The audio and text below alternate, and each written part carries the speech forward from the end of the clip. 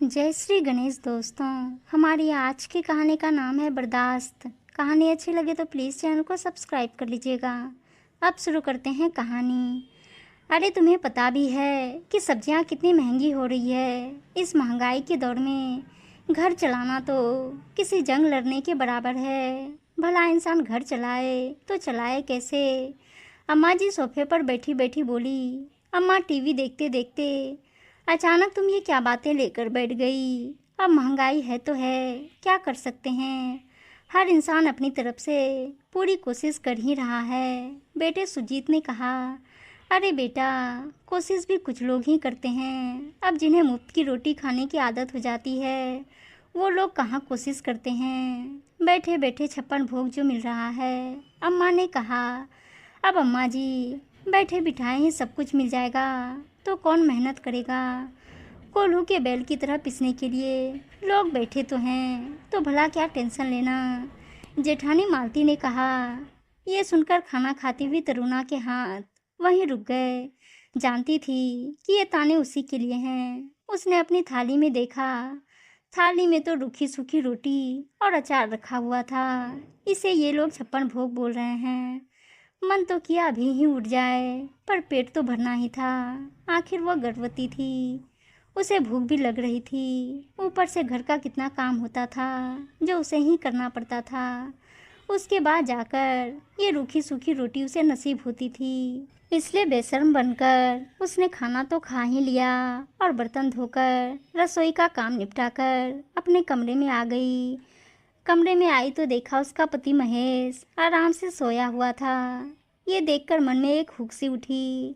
इस शख्स से शादी करने के लिए 1 साल पहले वो इतना मरी जा रही थी। इसकी खूबसूरती और बातों में आकर सच अपने पैरों पर उसने खुद ही कुल्हाड़ी मार ली। तरुणा के पिता नहीं थे, माँ ने ही नौकरी कर पाल पोस कर बड़ा किया था। तरुणा अभी अपने कॉलेज के प्रथम वर्ष में ही थी जहाँ उसकी मुलाकात महेश से हुई थी। महेश वहाँ अक्सर अपने दोस्त के साथ आया जाया करता था। कई बार तो वो कॉलेज से निकल रही होती थी तो वो कॉलेज के बाहर ही खड़ा मिलता था। तब एक दिन महेश ने ही आगे होकर तरुणा को प्रपोज किया था। महेश दिखने में अच्छा था, बातचीत में भी माहिर था। तरुणा को भी वो अच्छा लगा और उसने उसका प्रपोजल स्वीकार कर लिया।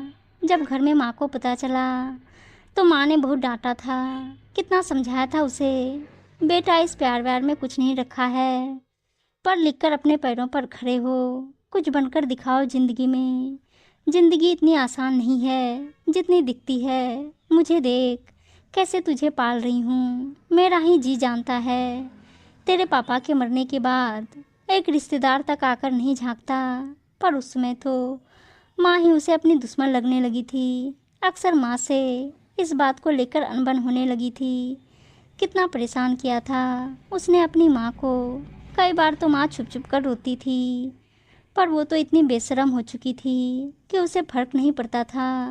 बेचारी नौकरी भी करती थी, घर भी संभालती थी, ऊपर से अब बेटी की ऐसी हरकतें। कई दिनों तक तो वो बीमार भी रही थी। फिर भी एक रात माँ को सोता हुआ छोड़कर वो महेश के साथ घर से भाग गई, बिना अपने भविष्य की चिंता किए, ये जाने बिना कि महेश कमाता भी है या नहीं, उसकी जिम्मेदारी उठा सकता है या नहीं, उसके परिवार वाले उसे अपनाएंगे या नहीं। बस वो महेश के साथ शादी करके आ गई।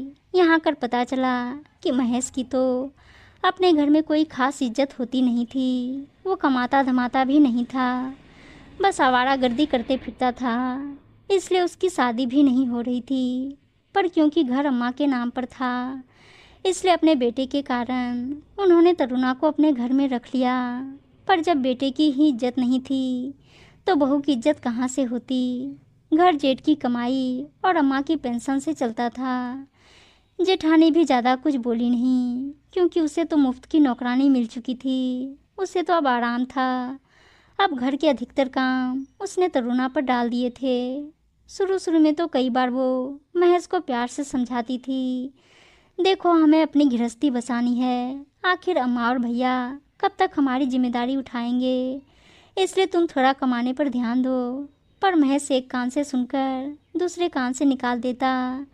लेकिन अब तरुणा को पता चल रहा था कि महेश को कमाने में कभी इंटरेस्ट रहा ही नहीं था। उसे तो बस इधर उधर घूमना, आवारागर्दी करना ही पसंद था। इसलिए खुद ही उसने अपना माथा पकड़ लिया।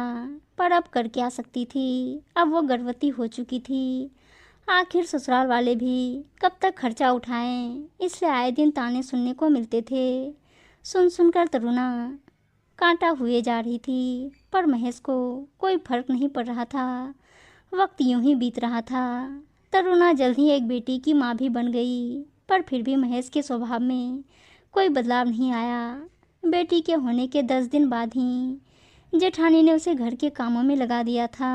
अब तरुणा की बेटी भी 5 महीने की हो चुकी थी, लेकिन आए दिन घर में हंगामे होने लगे थे, क्योंकि जेठानी और अम्मा कभी उसकी बेटी के दूध को लेकर तो कभी किसी सामान को लेकर कुछ ना कुछ कह देती थी, जो तरुणा से बर्दाश्त नहीं होता था। आखिर बात उसकी बेटी की थी, तो अब वो पलटकर जवाब दे देती थी। पर आज बेटी को टीका लगना था, उसी बात को लेकर के हंगामा हुआ था। अम्मा जी का कहना था, कहाँ इसे टीका लगवाने जा रही है, फिर दिन भर रोती रहेगी और तुझे काम नहीं करने देगी। इसका क्या है, ये तो पल जाएगी, लेकिन घर का काम ज़्यादा ज़रूरी है। पर तरुणा उसके बावजूद भी अपनी बेटी को टीका लगवाने चली गई। बस जब से वो वापस आई है, हंगामा होना शुरू हो गया। अब घर का काम कौन, इसकी माँ करेगी। कहा था इसे टीका मत लगवाना, लेकिन नहीं, ममता फूट रही है इसके लिए। अम्मा जी, ये मेरी बेटी है, आखिर इसकी सेहत का सवाल है। तरुणा ने कहा, हाँ तो अब घर का काम कौन करेगा, मुझे नहीं पता। ये रोए धोए चाहे कुछ भी हो, मुझे उससे कोई लेना देना नहीं। घर का काम तुम्हें ही करना है। जेठानी ने कहा, क्यों, आप भी तो इस घर की बहू हो, आप भी तो घर का काम कर सकती हो। तरुणा ने कहा, अच्छा, इतनी जवान चलने लगी है अब तुम्हारी। मैं घर की बहू हूँ, मुझे भी काम करना पड़ेगा। बोलने से पहले एक बार सोचती तो सही कि मेरा पति अकेला ही घर में खर्च करता है, तेरा पति क्यों नहीं करता। मुफ्त की रोटी खाने की आदत पड़ गई है तुम लोगों को। तुम दोनों क्या कम थे हमारे माथे पर, जो इसे और पैदा कर लिया। जेठानी ने कहा। बस यही बात तरुणा को चुभ गई।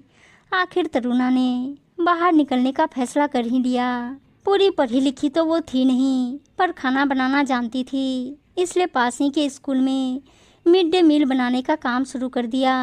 घर वालों ने हंगामा किया तो उसने जवाब दे दिया, आप लोगों के लिए खाना बनाती हूँ, इतना काम करती हूँ, तब भी 10 ताने सुनती हूँ। वहाँ बच्चों के लिए खाना बनाऊंगी तो कम से कम अपना पैसा तो मिलेगा। आखिर मुझे भी मेरी बेटी पालनी है, मुझसे अब ताने बर्दाश्त नहीं होते।